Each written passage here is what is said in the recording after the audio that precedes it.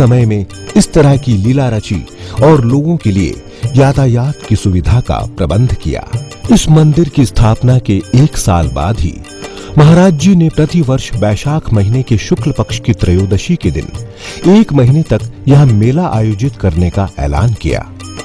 उसके बाद से हर वर्ष बड़े ही धूमधाम से इस स्थान पर मेले का आयोजन किया जाता है, जिसमें देश और विदेश से बड़ी संख्या में श्रद्धालु यहाँ एकत्रित होते हैं और महाराज जी का आशीर्वाद प्राप्त करके यहाँ से जाते हैं।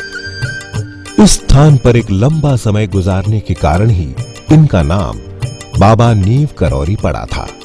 काफी समय यहाँ रहने के बाद जब महाराज जी को लगा कि अब उनकी जरूरत यहाँ की बजाय अन्यत्र कहीं और है, तो उन्होंने अपनी एक सेविका देवी जी को इस मंदिर और आश्रम का कार्यभार सौंपा और अपना चिमटा और कमंडल लेकर किला घाट की ओर निकल पड़े।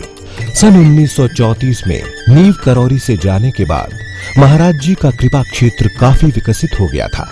अब क्योंकि किसी एक स्थान विशेष से तो उनको लगाव नहीं था, इसलिए जब भी जहां की मौज लगी वहीं चल दिए।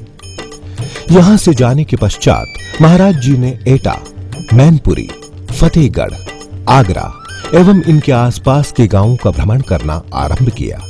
ये गांव-गांव, घर-घर जाकर लोगों के दुख दर्द सुनते और अपने सामर्थ्य से उनके दुखों का निवारण करते। महाराज जी ने अपने जीवन का बस एक ही उद्देश्य बना रखा था, जन जन के कल्याण का।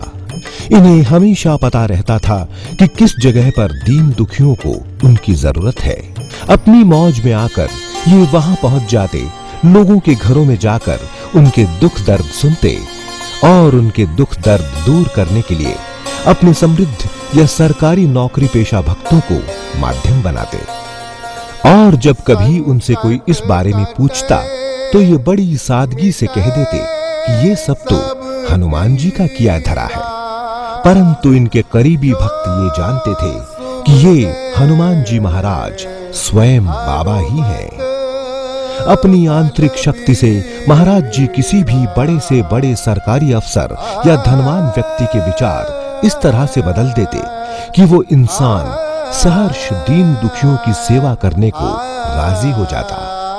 महाराज जी के अध्यात्म का असर केवल भारतवासियों पे नहीं था, बल्कि उन्होंने विदेशियों को बहुत प्रभावित किया। ये देखिए, इनके फतेहगढ़ प्रवास के दौरान इनका डेरा किले के बाहर रहता था, जिससे किले के अंदर रहने वाले फौज के बहुत एक सिपाही इनके भक्त हो चले थे। वे सिपाही अपने कमांडिंग अफसर कर्नल मैकन्ना से छुपाकर दूध, फल एवं मेवे आदि महाराज जी के लिए लेकर आते थे। कर्नल मैकन्ना बड़ा ही सख्त किस्म का अफसर था। हिंदू साधु संतों से तो उसे विशेष चिढ़ थी। ये बात भला महाराज जी जैसे तपस्वी संत से कैसे छुपी रह सकती थी। एक दिन महाराज जी ने मौज में आकर कर्नल मैकन्ना का हृदय परिवर्तन करने का मन बनाया और उसकी गैर मौजूदगी में उसके कमरे में जाकर उसके पलंग पर लेट गए। जब कर्नल मैकन्ना वापस आया तो अपने पलंग पर एक अधनंगे साधु को सोया पाकर आग बबूला हो गया। उसने न जाने कितने ही हिंदी और अंग्रेजी के अपशब्द महाराज जी को कह डाले, मगर महाराज जी उसकी गालियां सुनकर भी खामोश ही रहे और मुस्कुराते रहे। इतने अपमान के बाद भी उसने महाराज जी को हंसते मुस्कुराते देखा तो वो सोच में पड़ गया। अब महाराज जी पलंग से उठे और जाकर कर्नल मैकन्ना के कंधे पर हाथ रख दिया।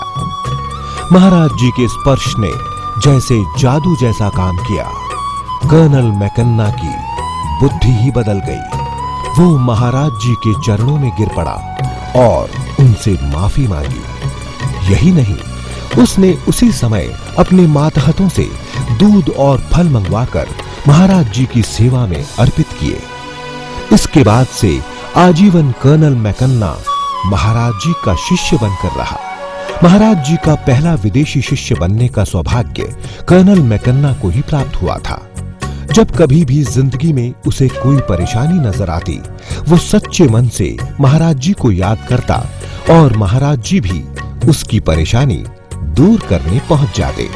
कहते हैं कि महाराज जी के आशीर्वाद से ही कर्नल मैकन्ना आगे जाकर एक दिन अंग्रेजी फौज का जनरल बना। सन 1935 के बाद एक शहर से दूसरे शहर में भ्रमण करते हुए काफी समय के पश्चात महाराज जी नैनीताल आ पहुंचे। अपने नैनीताल प्रवास के दौरान इन्होंने नैनीताल से करीब 1.5 किलोमीटर दूर इस मनोरा पर्वत को अपना ठिकाना बनाया था, जो आज